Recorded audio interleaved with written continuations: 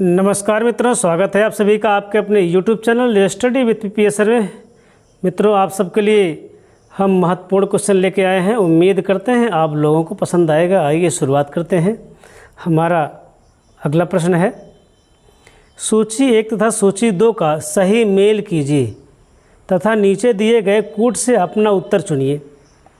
सूची 1 में देखेंगे, कार्य शब्द नहीं, बी संसार के मजदूरों का एक ही, सी राज्य व्यक्ति के लिए है, डी विकास के माध्यम से समाजवाद।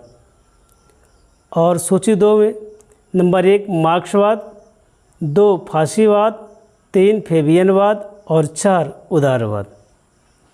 आइए हम कोड देखते हैं।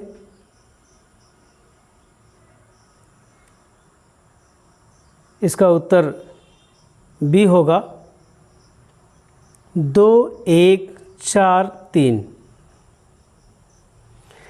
समाजवादी प्राकृतिक संसाधनों के राष्ट्रीयकरण के पक्ष में हैं ताकि उत्पादन की लागत कम हो, उत्पादन की वृद्धि हो, शोषण दूर हो, उनका पूर्ण उपयोग हो। इसका उत्तर सी होगा, शोषण दूर हो। निम्नलिखित में से कौन उदारवादियों के दृष्टिकोण को प्रतिबिंबित करता है? राज्य को लोगों के कल्याण के लिए कार्य करना चाहिए, राज्य को लोगों के मामले में बिल्कुल ही हस्तक्षेप नहीं करना चाहिए, राज्य एक आवश्यक अच्छाई है, राज्य को केवल न्यूनतम आवश्यक कार्य करना चाहिए।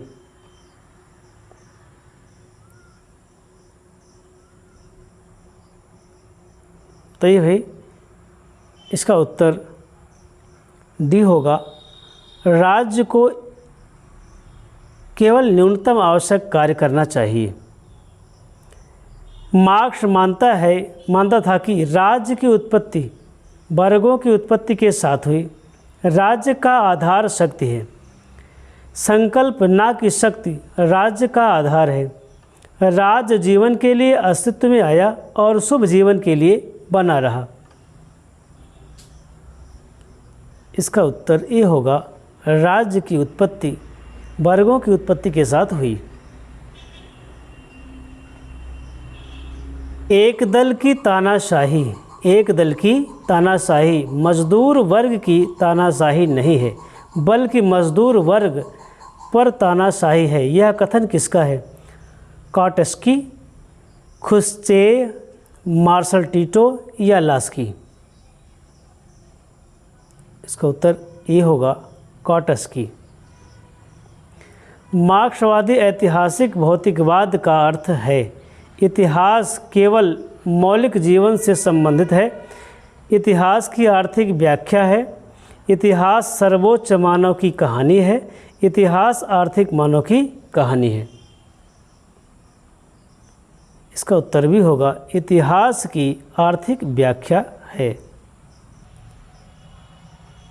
आइए देखते हैं प्रजातंत्र का शेष भाग। अरस्तु कहता है, यदि अति समानता से प्रजातंत्र भ्रष्ट होता है तो साथ ही अति समानता की भावना से भी वह नष्ट हो जाएगा। लोकतंत्र तथा अधिकारों की सुरक्षा के लिए मॉन्टेस्क्यू ने शक्ति पृथक्करण का सिद्धांत प्रतिपादित किया था। लोकतंत्र की सफलता के लिए द्विदलीय व्यवस्था सर्वाधिक उपयुक्त मानी जाती है। प्रत्यक्ष प्रजातंत्र का लक्षण लोकमत, जनमत संग्रह, प्रत्याह्वान तथा आरंभक दबाव समूह को फाइनर, अज्ञात साम्राज्य, मैकिन अदृश्य साम्राज्य तथा सैलिन अनौपचारिक सरकार का नाम दिया। प्रजातंत्र के लिए राजनीतिक दल आवश्यक होता है, क्योंकि राजनीतिक दल न सिर्फ सत्ता प्राप्त करना चाहते हैं बल्कि जनमत निर्माण और राजनीतिक शिक्षा का भी कार्य करते हैं। लोकतंत्र में जनमत निर्माण के साधन शिक्षण संस्थाएं, धार्मिक संगठन, प्रेस, दूरदर्शन, सोशल मीडिया, दबाव समूह, राजनीतिक दल, व्यवस्थापिका सभाएं, सार्वजनिक मंच आते हैं। ब्रिटेन में लोकतंत्र के साथ संवैधानिक राजतंत्र विद्यमान है। गार्नर ने कहा है कि द्वितीय सदन की विद्यमानता स्वतंत्रता की गारंटी व कुछ सीमा तक अत्याचार के विरुद्ध सुरक्षा भी है। आइए अगला प्रश्न देखते हैं। निम्नलिखित में से किस पुस्तक की रचना मार्क्स ने की है? Poverty of philosophy, philosophy of poverty, capitalism, socialism and democracy, reason and revolution. इसका उत्तर ये होगा पॉवर्टी ऑफ फिलॉसफी। मार्क्स के अनुसार निम्नलिखित में से कौन अधसंरचना का भाग है? वर्ग, वैधानिक संस्थाएं, उत्पादन के साधन, दल। इसका उत्तर सी होगा उत्पादन के साधन। कौन सी समाजवादी विचारधारा मानती है कि श्रम नहीं बल्कि समाज ही मूल्य का निर्माता है? श्रमिक संघवाद, श्रेणी समाजवादी, मार्क्सवादी समाजवाद या फेबियन समाजवाद। इसका उत्तर डी होगा फेबियन समाजवाद। भारतीय संसद के दोनों सदनों का संयुक्त अधिवेशन कौन बुला सकता है? राष्ट्रपति, प्रधानमंत्री, लोकसभा का अध्यक्ष, लोकसभा के अध्यक्ष की स्वीकृति से उपराष्ट्रपति। इसका उत्तर ये होगा राष्ट्रपति। निम्नलिखित में से कौन सा अधिकार केवल राज्यसभा को प्राप्त है? राष्ट्रपति के विरुद्ध महाभियोग प्रारंभ करना, उपराष्ट्रपति को पदच्युत करना, नई अखिल भारतीय सेवाओं को निर्मित करने की संस्तुत करना, भारतीय राज्यों की सीमाओं में परिवर्तन करना। इसका उत्तर सी होगा नई अखिल भारतीय सेवाओं को निर्मित करने की संस्तुत करना। किसने संघात्मक सरकार की परिभाषा देते हुए कहा कि वह राष्ट्रीय एकता तथा सत्ता तथा राज्य के अधिकारों में सामंजस्य स्थापित करने का एक राजनीतिक संयंत्र है?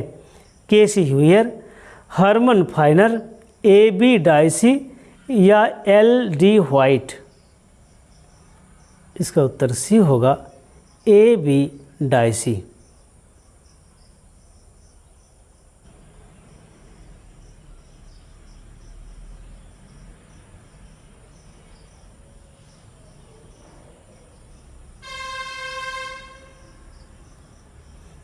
इतना चाहिए हमको।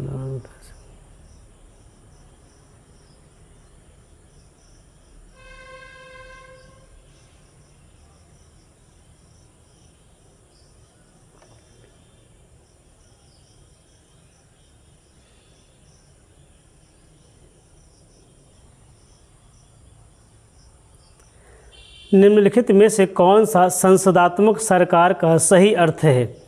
जहां संविधान की सर्वोच्चता को स्वीकार किया गया हो, जहां राज्य का प्रधान निर्वाचित हो, जहां वयस्क मताधिकार द्वारा निर्वाचित संसद हो, जहां कार्यपालिका व्यवस्थापिका के प्रति उत्तरदायी हो। इसका उत्तर डी होगा जहां कार्यपालिका व्यवस्थापिका के प्रति उत्तरदायी हो। निम्नलिखित में से कौन सी संविधानवाद की सही परिभाषा है? ठीक संविधान के अनुसार शासन, संविधान की सर्वोच्चता, लिखित संविधान का होना, उदार लोकतांत्रिक मानकों के अनुसार शासन। इसका उत्तर डी होगा उदार लोकतांत्रिक मानकों का शासन। संविधान के किस अनुच्छेद में संसद को राष्ट्रीय हित में राज्य सूची में उल्लिखित विषय पर कानून बनाने का अधिकार दिया गया है? अनुच्छेद 249, अनुच्छेद 250, अनुच्छेद 251, अनुच्छेद 252।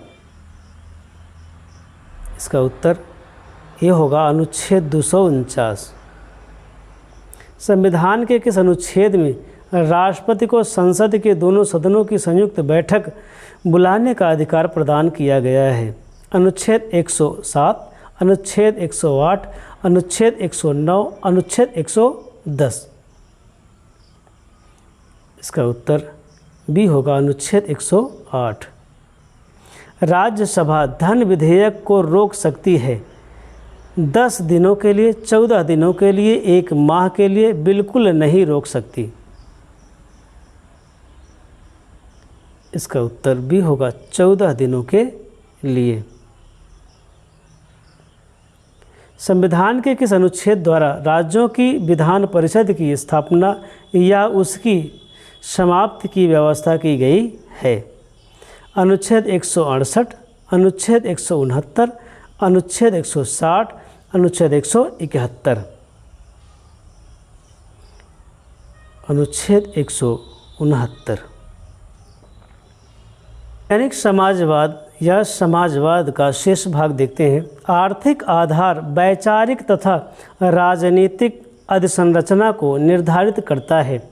ऐतिहासिक भौतिकवादी विचारधारा का मानना है सर्वहारा की तानाशाही मार्क्स के सिद्धांत का सार है। लेनिन कहता है स्टेट एंड रेवोल्यूशन में, मार्क्सवाद को लेनिन का सर्वाधिक विशिष्ट योगदान दल का सिद्धांत है।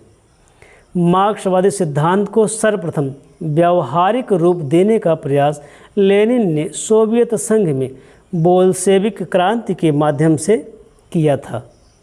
मार्क्स के अनुसार सर्वहारा के अधिनायकत्व के दौरान उत्पादन के साधनों का प्रयोग सामाजिक अच्छाई के लिए किया जाएगा।